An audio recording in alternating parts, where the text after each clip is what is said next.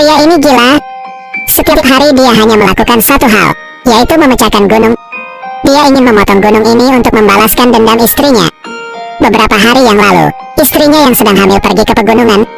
Dia akan membawakan air untuk suaminya. Tapi dia terpeleset dan jatuh dari lereng gunung. Ketika Manji sampai di sana, sang istri sedang sekarat. Karena ambulans tidak bisa sampai ke sini, Manji membawanya ke rumah sakit bersama temannya. Namun setelah tiba, istrinya meninggal dunia karena kehilangan banyak darah. Mereka hanya bisa menggendong bayi. Manji terkejut. Dia sangat sedih dan naik gunung. Dia mengaitkan kematian istrinya dengan gunung. Dia mengeluarkan semua amarahnya di gunung. Dia melemparinya dengan batu. Ada sebuah batu yang menabrak gunung dan terbakar. Api besar segera menelan seluruh gunung. Tapi ini masih tidak menenangkan kemarahan. Jadi dia membelah gunung ini untuk membalas dendam. Dia juga ingin menghindari tragedi ini terjadi lagi. Dia mengucapkan selamat tinggal padanya untuk terakhir kalinya. Dia menggunakan pahat dan palu untuk memulai. Meski terkena pecahan batu, Manji tidak mengeluh. Orang-orang di desa mengira dia gila. Mereka mengatakan ketika Anda menyelesaikan jalan ini, kami akan menggunakan nama Anda untuk menamainya. Manji terus menghancurkan gunung tersebut. Dalam sekejap mata, 6 tahun telah berlalu. Beberapa prestasi telah diraihnya. Jarak tempuh 5 jam sebelumnya kini dipersingkat menjadi 4 jam. Hari itu, ayah Manji tidak tahan lagi. Dia berharap Manji menemukan pekerjaan untuk merawat 2 anak. Manji mengatakan memecahkan gunung adalah pekerjaannya. Pernyataan ini membuat marah sang ayah. Dia meninggalkan kedua anak itu dan pergi. Manji mencari pedagang untuk mengangkut barang. Barang mereka butuh 4 hari untuk dikirim. Manji bilang dia hanya butuh 1 hari. Pedagang itu setuju untuk menerimanya.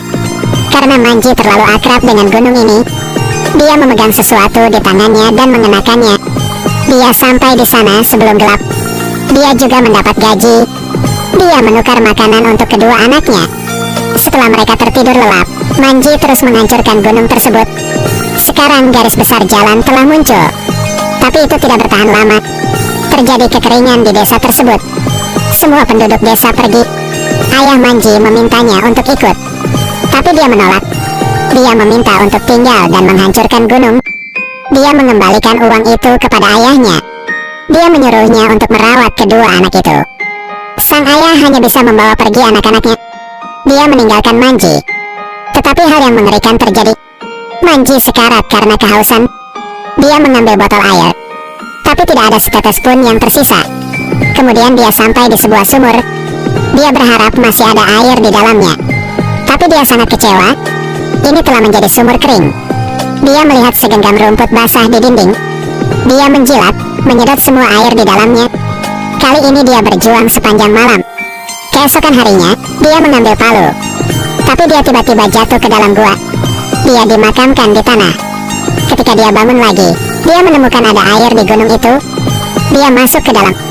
Dia mengambil daun dan memasukkannya ke mulutnya. Karena dia belum makan selama 6 hari. Ketika dia keluar dari gua, dia menyentuh gunung untuk berterima kasih padanya. Gunung yang pernah membunuh istrinya telah menyelamatkan nyawanya hari ini. Kebencian Manji belum surut. Tapi dia tidak menyerah menghancurkan gunung. Tapi sepertinya dia menemukan sesuatu. Dia menggaruk tumpukan batu.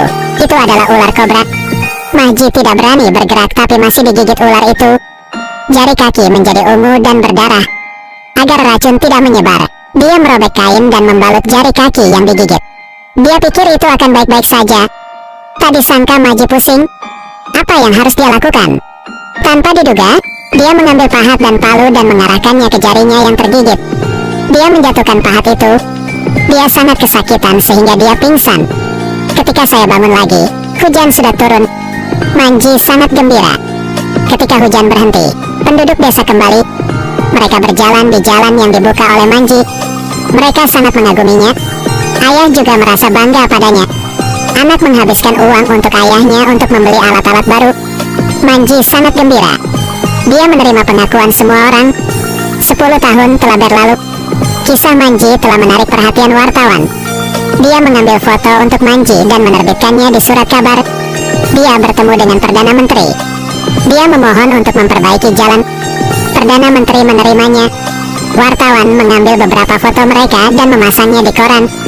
Kepala desa membawa Manji kembali ke kampung halamannya. Kemudian dia bisa menunggu untuk mendapatkan uang. Dia pikir ini akan menguntungkan. Tapi dia harus menunggu beberapa tahun. Manji telah memecahkan gunung selama 22 tahun. Dia bermaksud membuka jalan di tengah gunung. Tapi sekarang dia sudah tua. Dia tidak lagi cukup kuat. Jadi, dia mengajukan biaya perbaikan jalan melalui pemerintah daerah. Tapi untuk waktu yang lama, masih belum ada kabar. Dia pergi ke distrik untuk bertanya. Namun pihak lain mengatakan bahwa uang tersebut telah diambil oleh kepala desa sejak lama. Jadi dia pergi ke rumah kepala desa. Dia menanyakan besaran subsidi. Tapi kepala desa tidak menerima. Manji juga tidak bodoh. Kepala desa sudah berganti rumah dan mobil. Dari mana uang ini berasal? Kepala desa tetap tenang. Dia bilang dia akan memenjarakan Manji. Tapi Manji tidak takut. Dia memutuskan untuk mencela mereka. Kepala desa mengejeknya. Karena tempat ini lebih dari 1.300 pohon dari ibu kota, dia tidak percaya Manji akan sampai di sana. Tapi kepala desa meremehkan Manji. Manji telah sampai di stasiun kereta. Dia duduk di kereta menuju ibu kota. Namun karena tidak punya uang untuk membeli tiket, dia diusir dari kereta oleh petugas. Manji merasakan kekejaman masyarakat. Tapi bukan karena itu dia menyerah. Dia akan berjalan ke ibu kota. Dia terus seperti itu. Kemudian lelah dan beristirahat di kursi. Ketika dia lapar, dia akan mengemis. Dia pergi dari kota ke kota. Dia akhirnya mencapai ibu kota. Dia menemukan seorang petugas. Dia mengambil foto dirinya dan Perdana Menteri. Tapi lawan merobeknya.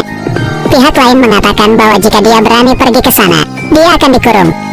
Kemudian mengirimnya pulang. Manji benar-benar putus asa. Dia meragukan dirinya sendiri. Apakah kegigihannya salah? Di malam hari Manji memimpikannya istrinya. Dia mengatakan pemikirannya tentang menyerah. Tapi istrinya selalu menyemangatinya. Apapun yang terjadi, aku akan selalu mendukungmu. Terus ambil palu dan hancurkan gunung. Kalau tidak, aku tidak akan peduli lagi padamu. Setelah mengatakan itu, sang istri menghilang. Keesokan harinya, Manji mendengarkan kata-kata istrinya dan terus membuka jalan. Tapi dia melihat orang-orang di desa. Dia sangat emosional. Upaya bertahun-tahun akhirnya diakui. Dia mulai memecahkan gunung lagi.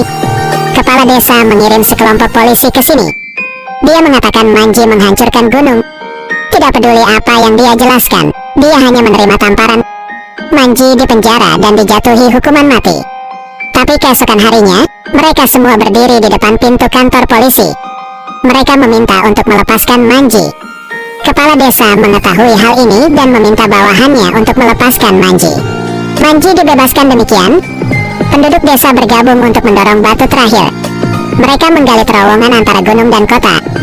Meski panjang terowongan hanya 110 meter, jarak antara dua bidang tanah itu dipersingkat dari 55 km menjadi 15 km. Dia telah memberikan kontribusi yang besar. Ini adalah versi India dari Ngugong memindahkan gunung. Ini juga kisah nyata. Karakter utama Manji menerobos terowongan antara gunung